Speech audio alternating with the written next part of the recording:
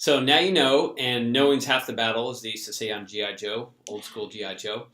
Heather, you want to just recap real quick what we talked about? So we briefly talked about credit scores and credit events, and we talked about the seasoning requirements from credit events that most people think it's a long time, but it's actually a short time. We've talked about student debt, and if you've been told that you had to count 1% of your student loans and your qualifying ratios, that might not be always the case depending on the programs. We've talked about, a whole bunch, 20% down payments.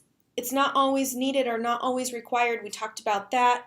And then we talked about credit scores too. We talked about how, sometimes you don't need that 720 credit score. And we also talked about low income programs that are about out there. So we talked about a whole bunch of things. Awesome.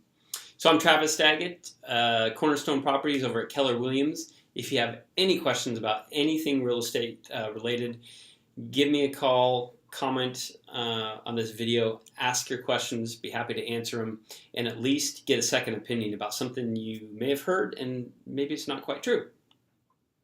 Exactly. I mean, these lending guidelines, they're constantly changing.